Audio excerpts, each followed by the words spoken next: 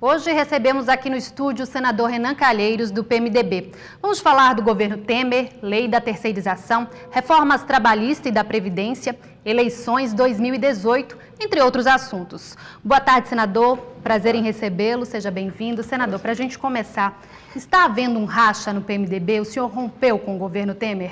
Olha, o PMDB é um partido grande. No Senado, o PMDB se compõe por 22 senadores. É, portanto, a maior bancada do Senado, 30% da composição da casa. E é natural, é democrático, o PMDB é um partido democrático, que dentro do PMDB existam pessoas que pensam diferentemente. Eu acho que, na verdade, é isso que está acontecendo. Mas, além do senhor, tem outros integrantes do PMDB que estão na sua linha de pensamento. Não, tem, porque nós estamos vivendo no Brasil uma circunstância dramática, dificílima. O Brasil, que foi um país que sempre cresceu economicamente durante mais de 50 anos, o Brasil foi o país que mais economicamente cresceu no mundo todo. Então, a nossa vocação é pelo crescimento da economia. De repente, nós temos 3 anos de queda da atividade econômica, de recessão, de desemprego. É preciso fazer alguma coisa para que o Brasil saia dessa situação. E eu acho que, nesse momento, esse é o meu foco e é o foco do PMDB, da bancada do PMDB no Senado, que tem, sim, o compromisso de tentar qualificar o governo, mudar a vida do país e prestar um serviço. Porque, como você sabe, PMDB e governo são entidades diferentes.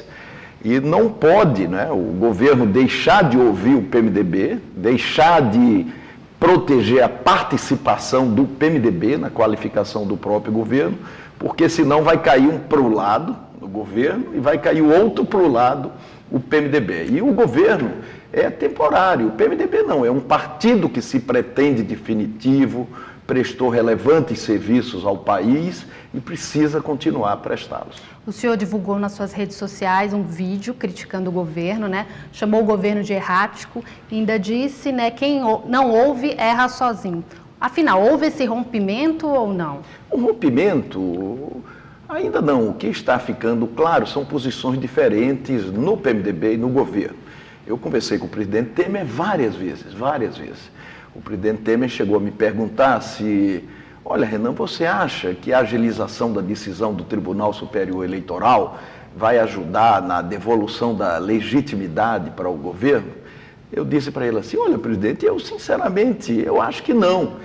Eu acho que o que vai devolver a legitimidade perdida ao governo é acertar a mão, escalar melhor, jogar para frente, porque do jeito que está, o governo está parecendo com a seleção do Dunga. E nós não precisamos mais do Dunga, nós precisamos do Tite para levar o Brasil a um porto seguro. E como é que o senhor avalia, então, o governo Temer? Há uma melhoria aí nos índices de economia, o senhor fala em erros, Quais os principais erros, então, do governo? Eu acho que o governo está mal escalado. O governo acabou, pela improvisação, pela circunstância, nomeando pessoas que, sinceramente, não acredito que tenham condições de exercer o seu papel. Aí entra a história do Cunha, que ele interfere, de certa forma, no governo? Ele interferiu em alguns momentos e, pelos sinais, pela compreensão, ele continua a interferir, porque política você não aprende, política você não estuda. O Perón nos lembrava sempre que política você compreende. Compreende como? Compreende pelos sinais. Então, a nomeação do Osmar Serraglio, por exemplo, para o Ministério da Justiça, é algo que numa crise dessa, numa circunstância difícil, dramática, não dá, sinceramente, para tolerar. Então, há ministros que precisariam sair? Eu acho que para a seleção do Dunga não, mas para a seleção do Tite, você teria sim que modificar esse time. O senhor foi contra o projeto de lei da terceirização da forma que ele foi votado, foi sancionado na sexta-feira, às pressas, aí a gente esperava que seria até pelo menos o dia 12, mas o presidente resolveu sancionar. Por que o senhor foi contra o projeto de lei? Por que o senhor é contra a lei da terceirização? Eu não sou contra a lei da terceirização. Eu acho que é preciso regulamentar os terceirizados existentes. esses que, como terceirizados, já trabalham hoje no Brasil. Por isso que eu sempre defendi a regularização desses terceirizados e a disposição com relação a alguns limites para o restante da terceirização. Então, o senhor é contra alguns pontos? Eu sou contra alguns pontos e acho que a terceirização da forma que está, irrestrita, ela vai ainda mais agravar a crise econômica e social. Na época porque que o trabalhador terceirizado, sem pretender lhe interromper, o trabalhador terceirizado, ele adoece mais, ele sofre mais acidentes, ele trabalha mais, ele ganha menos, ele tem as suas relações de trabalho precarizadas. Então, isso não é, do ponto de vista social, da inclusão, bom momento, uma saída recomendável para o Brasil. O senhor criticou até dizendo o boiafria.com. Eu acho que essa rotatividade que o terceirizado possibilitará é uma nova versão do boia fria, né? Nesses tempos digitais, poderíamos chamar de boiafria.com. E em descompasso com o Brasil, porque você lembra, quando eu fui presidente do Senado Federal, eu fiz questão de colocar na ordem do dia os mesmos direitos para as empregadas domésticas. Você não sabe o que isso significou do ponto de vista do preconceito, de ferir interesses que estavam postos e não queria de jeito nenhum. Então você não pode. Nós estamos para completar 2 anos da promulgação da PEC da empregada doméstica, que garantiu à empregada todos os direitos que os demais trabalhadores tinham. Você não pode, no momento em que ainda se comemora isso, você retroceder com essa coisa da terceirização geral e restrita, sem limite. Agora, lembrando que há um tempo no governo FHC veio do Senado essa lei, né? Na época o senhor era favorável. Em 98. E isso foi também um outro problema, porque você pega uma proposta de 98 que havia sido retirada pelo presidente Lula. Foi desenterrada, né? Aí você desenterra sem estar tramitando. É uma coisa muito difícil até de explicar. É por isso que, sendo coerente com o meu papel, eu sempre defendi os trabalhadores. Na Constituinte, eu fui constituinte, eu tirei nota 10 no DIAP porque fiz disso a causa da minha atuação.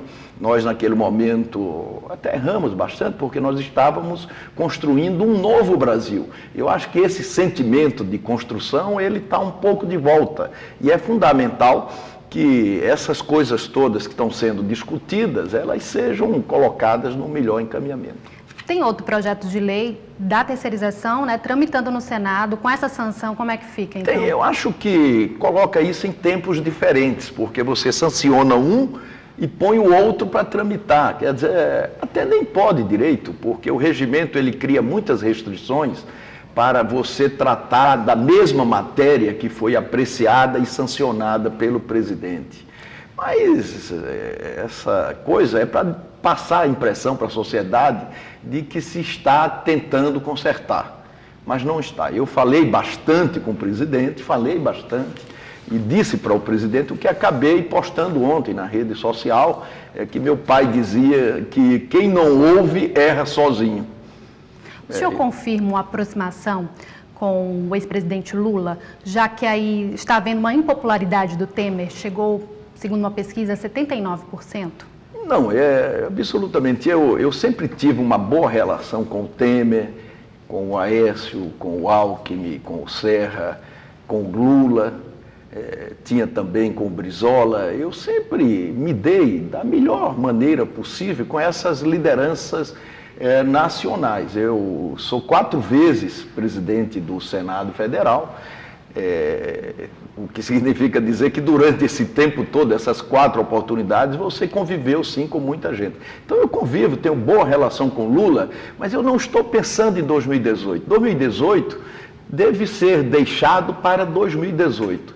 Eu tenho preocupação com a necessidade de ganhar tempo para dar foco a um governo que não tem se encontrado, formulou mal a sua política econômica, está querendo sair da crise, aprofundando a recessão, aumentando o desemprego, e isso não pode continuar, porque todos vão perder, sobretudo os brasileiros mais pobres. O senhor se opõe também à reforma da Previdência. Em alguns pontos ou ela na íntegra? Não, em alguns pontos, porque reforma da Previdência, ajuste da Previdência, todo presidente da República vai ter que fazer. O Fernando Henrique fez, o Lula fez, a Dilma fez também reforma da Previdência e o Michel vai ter que fazer o seu ajuste, a sua reforma. O que não pode é o governo achar que vai fazer uma reforma eterna, definitiva. Eu vou fazer essa reforma e nenhum outro presidente vai ser obrigado a fazer uma nova reforma. Porque reforma da Previdência não é para resolver o problema fiscal do país. Reforma da Previdência é para resolver o problema atuarial da Previdência. E nós tínhamos um déficit antes da crise de 40 bilhões. Esse déficit foi para 169 bilhões. Mas não pelo modelo apenas, mas sobretudo pela crise, pelo desemprego. Eu acho que se nós fizermos um ajuste, uma reforma que não sufoque direito adquirido, se nós separarmos o que é seguridade, o que é previdência e o que é assistência social e definirmos o limite para que o governo coloque recursos todos os meses nos cofres públicos, eu acho que nós vamos resolver esse problema como outros países resolveram.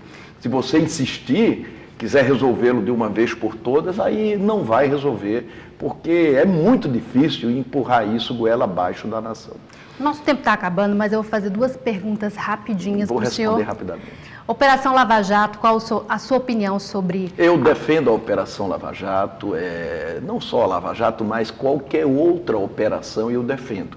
E acho que para a pessoa pública, essas operações são sim oportunidades para você demonstrar o contrário. Veja o que aconteceu comigo mesmo na semana que passou. O Jornal Nacional publicou que eu havia feito um saque em 2014 de R$200 mil. Ora, eu fiz um saque no dia 10 de dezembro aqui no Banco do Brasil em Maceió, como consequência de um empréstimo que eu tinha feito na agência do Banco do Brasil no Senado. E saquei em Maceió, porque era no final do ano, eu já estava aqui em Maceió, e para quê? Para pagar contas. Imagina que você colocar isso num cenário de criminalização. Então é assim, esses vazamentos absurdos, isso é assim, uma oportunidade para você se defender. Para a gente encerrar rapidinho, certo. Desculpa interromper, só para a gente falar das eleições de 2018, o senhor tinha falado, mas no seu caso, o seu mandato está acabando, né? O senhor vai se candidatar à reeleição, há especulações que o senhor pode correr aí a governo também. Não, absolutamente. Eu penso em ser candidato ao Senado, mas só vou tratar dessa questão em 2018.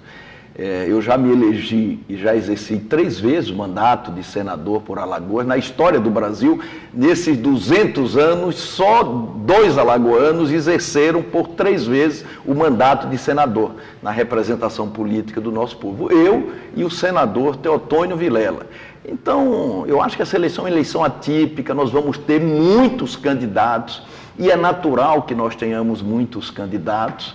Quer dizer, o governador de Alagoas está muito bem avaliado, ele pegou um estado com a maior dívida de todos os estados do Nordeste, com o maior comprometimento pessoal, receita, e nesses 2 anos ele está dando uma virada do ponto de vista fiscal, que está orgulhando a todos nós alagoanos, independentemente da condição partidária de cada um. De modo que eu acho que a próxima eleição em Alagoas vai ser uma eleição bonita, representativa, com a participação de muita gente. Nós vamos ter oportunidade de discutir, de debater, de dizermos o que cada um está pretendendo fazer, a população de levar em consideração o histórico de cada um, mas temos que deixar essa discussão para 2018.